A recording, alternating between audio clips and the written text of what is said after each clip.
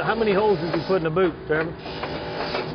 We put 24 holes on the inside of the boot, 20 on the outside. If you'll look at a sole, you'll see at the ball of the foot will go on a diagonal. It doesn't go across here straight forward. So there's 24 here, there's 20 over here. That may change a little bit on a lady's boot. We may only get 20 and another 16 over here. Typically you put more on the inside than you do the outside. You always put more on the inside. And that's to hold it up into place. This is one of my favorite parts to see. I mean, and a lot of people don't realize, I mean, that's actually wood. There's a wooden pegs, correct? Yes, sir, it is. Now, what kind of wood do you use on these? We only use lemon wood. Lemon wood has about the same consistency in absorption that sole leather does. And sole leather with a certain percentage of tannin, we use the same kind all the time. But if you look at a boot, actually the welt stop here, and the heel's going to be nailed on back here. From here to here, there's nothing to hold it in place. Okay. I can put nails in there, and no matter how big a head I put on the nail, if I get that sole leather good and wet, I can pull it right over the head of the nail.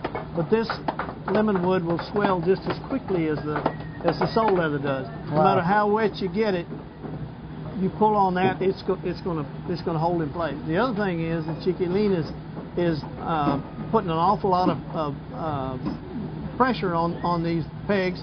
You see how much he's beating on them. That shoves the whole insole, outsole, and the shank up in the bottom of the foot. When you put our boot on, you feel that support.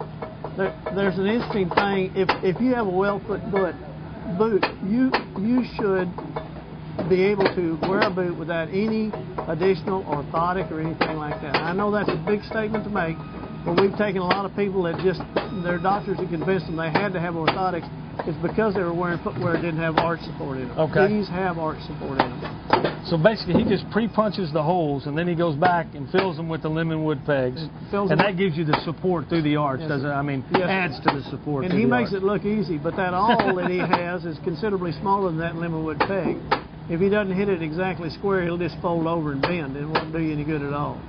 And he runs them right in there. I'd say he's had a little bit of practice, wouldn't he? He's had a little bit of practice. He gets them nice and wet, and he runs that dry peg in there, and it'll come back in on that dry peg.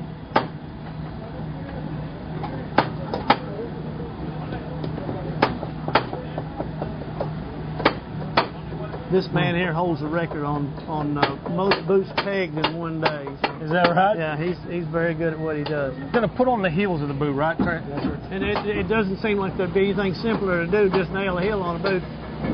A lot of people buy a pre-made heel, they nail it from the inside, and whatever you've got, you've got. What we like to do here at Rios Mercedes, you can see just a little bit of daylight right there in the front of the heel. I like to see that much. I don't ever want to see it where there's any daylight at the back. When you step down on that boot, you'll get just a little bit of spring to it. That'll add to your comfort. A lot of boots, if they're treading too hard on the front of the heel, it feels like you're standing on a pipe. By the end of the day, it's just about to wear you out. If you'll look at a boot, when you pick up a boot off the shelf, one of the things you ought to do is set it down and look and make sure that the heel is treading either flat or with a little bit of spring in front of it. Don't ever buy one if it's got any kind of daylight in the back of the boot, because that means that you're literally standing right on the front end of that heel. Huh. That only comes by taking real leather and sanding it and sitting and looking and making sure you have everything correct. Now the other thing you'll notice about a boot is when we put the heel under it, it should stand straight up. It shouldn't lean over backwards like that. It shouldn't lean over frontwards, because if it does, you're going to get wrinkling here or here, and it's going to bunch up around your foot and be uncomfortable. It wouldn't have much shelf appeal either, would it? Wouldn't have much shelf appeal. That doesn't necessarily start here. Back there when I showed you Domingo fitting that boot, the way that you sew the vamp and the counter onto the boot is what will give you a boot either leaning forward or leaning backward. Those fellows back there at the front of the line, and it's the same with every kind of footwear manufacturer I know. If the people at the front line don't do their job right, the people at the back line are lost. They can't overcome errors made back there. Wow. So this whole outfit works as a team to see that the quality that we're putting into it, each and every man's putting into it. Everybody's got their role. Everybody's got their role, and these men are proud of their work, and they should be. They're as good as I've ever seen, and I've been in a lot of boot factories. Well, Trainer, we're getting to the finished product. We're getting to the end of the line, so to speak. what are we doing right here?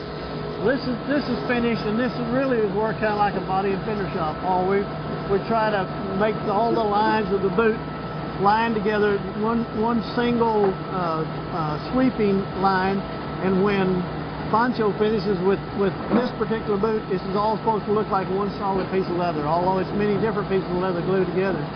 And I told you I was only going to show you about things that are comfortable, but I think this is comfortable to the eye when you see that sort of Definitely. No question about it. It's cheating a little bit, but I told you I was going to tell you about comfort. Yeah.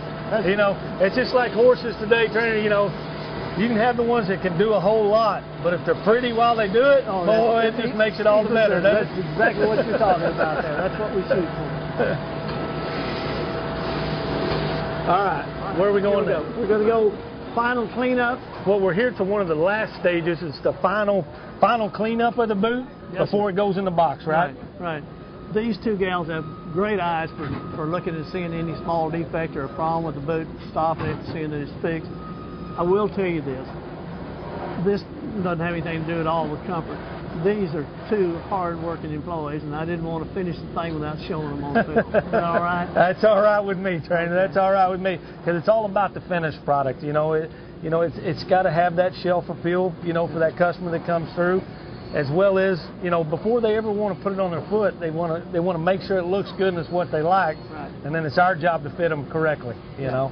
So, yeah, a lot to making a boot. There's no question about it. There's a lot to it, and most of it, as I told you about the fit, getting the fit of your life is not visible to the eye when you pick up the boot. It's something that you feel on your foot and you see after months of wear. Well, trainer, I didn't know you were in the wore out boot business, but actually these aren't wore out. They're just here for a reason, right? They need a little tender loving care. We run about a cart of these a day through the factory. It works out pretty good for us. We'll take them, pull the soles and heels off of them, stick them in the line. They run through just like they were a new boot. We'll send you a pair of boots back at real reasonable cost. You tell all your retail customers that they can go on our website, download a recrafting form, send it in, or give it to you and you can send it to us. Right. Either way is fine with us, but we would rather fix our own boots than have somebody else fix them. We know what we're doing, and we've got the right last. You'll get them back fitting the way they fit before. And I'm sure that customer that's buying a Rios Mercedes, you know, because a lot of times you take it somewhere else, that boot's going to fit different when it comes back. Yeah. The one thing that we can make sure of here is it's going to fit like a Rios or Mercedes. It's going to fit like a Rios Mercedes. That's right. It's going to be rebuilt like a Rios Mercedes. There you go. Well, Paul, we want to thank you very much for coming down. You're welcome anytime, and any of the people watching this show, if they're in Mercedes, Texas, we'd love to show you around. Well, thank you for having us here, trainer. It's been my pleasure to walk around and look at all of how I never really knew there was that much detail into finishing out a boot, and especially to get one that fits. I mean, because that is the key. I'm a fit specialist. I want to make sure that anybody that comes through our store at PFI Western Store in Springfield, Missouri, make sure that they get the fit of their life with a Rios or Mercedes. Good. Thanks for coming along with us folks here in Mercedes, Texas. Rios of Mercedes Boot Makers. The fit of your life.